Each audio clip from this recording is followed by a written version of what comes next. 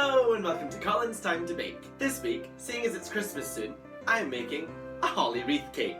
Ooh, but not just any old holly wreath cake. This holly wreath cake is filled with whiskey. What? I'm Scottish, it's tradition to have a wee nip. Let's start by preheating your oven to 190 degrees. Take 250 grams of butter and cream together with 300 grams of sugar. Whisk 3 eggs and 1 yolk in one at a time.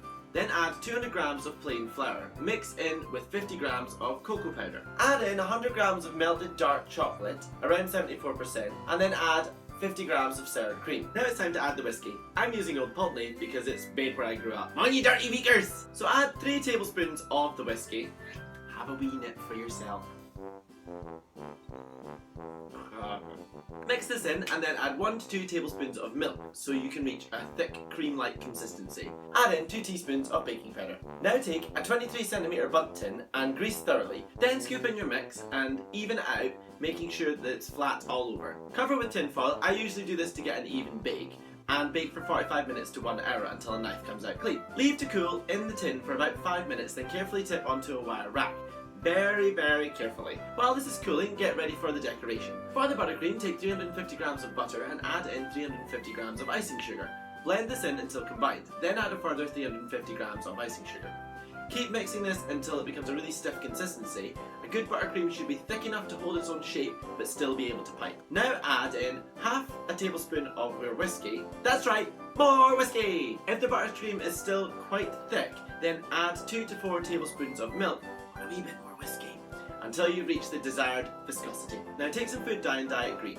Scoop into a piping bag with a large star-shaped nozzle on the end and leave to one side. If you're going to keep it in the fridge, be sure to take it out again to warm up to room temperature before you pipe it, as it may be too solid to pipe when it's cold. Now take 250 grams of green Renshaw icing, dust your counter lightly with icing sugar, and roll out flat until about 3mm, if not slightly thinner. You'll be using this to make some large holly leaves. To make them, you can either use a pre-bought cutter, but I'm not so lucky. Here's how to makeshift some freehand. With a knife, cut out a leaf shape about 5 to 7 centimeters long, making sure it's wide across the middle. Then slice a curved edge in on either side to give sharp holly-like prickles. Then with the back of the knife, draw a line down the centre with 2 lines coming away from the centre line towards the points. Adjust the top and the bottom to neaten up if you need to. Do this top and bottom. It may look a bit crude, but when it all comes together it works. Make about 24 of these. Now for your bow, take 250 grams of red Renshaw icing, dust your counter lightly with icing sugar and roll into a sausage. Then roll flat to 3mm thick in a long flat strip. Take a 30cm ruler and cut a long strip with the same width as the ruler,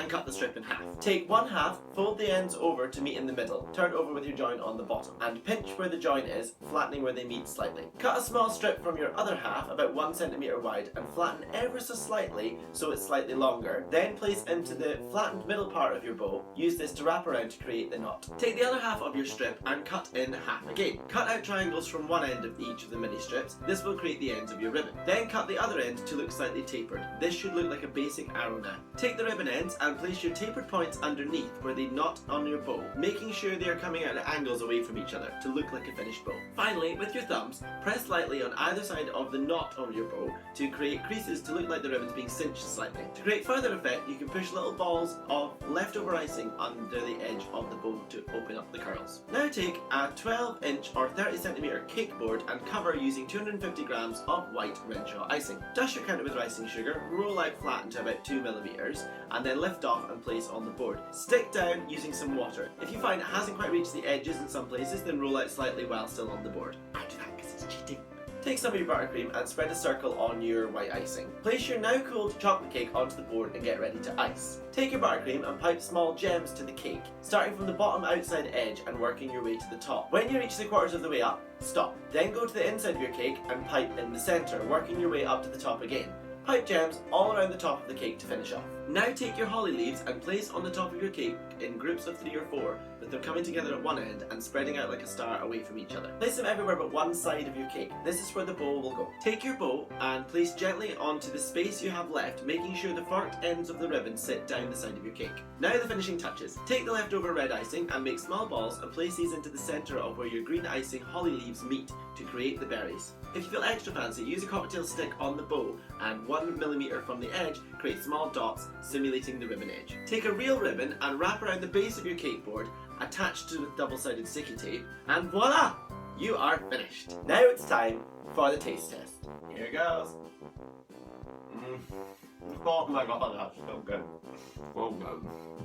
You know what it needs though? More whiskey! Don't forget to catch me on my website, colinstimetobake.com, and all the social media. My name is Colin, this is Colin's Time to Bake. Thank you very much, and I'll see you soon.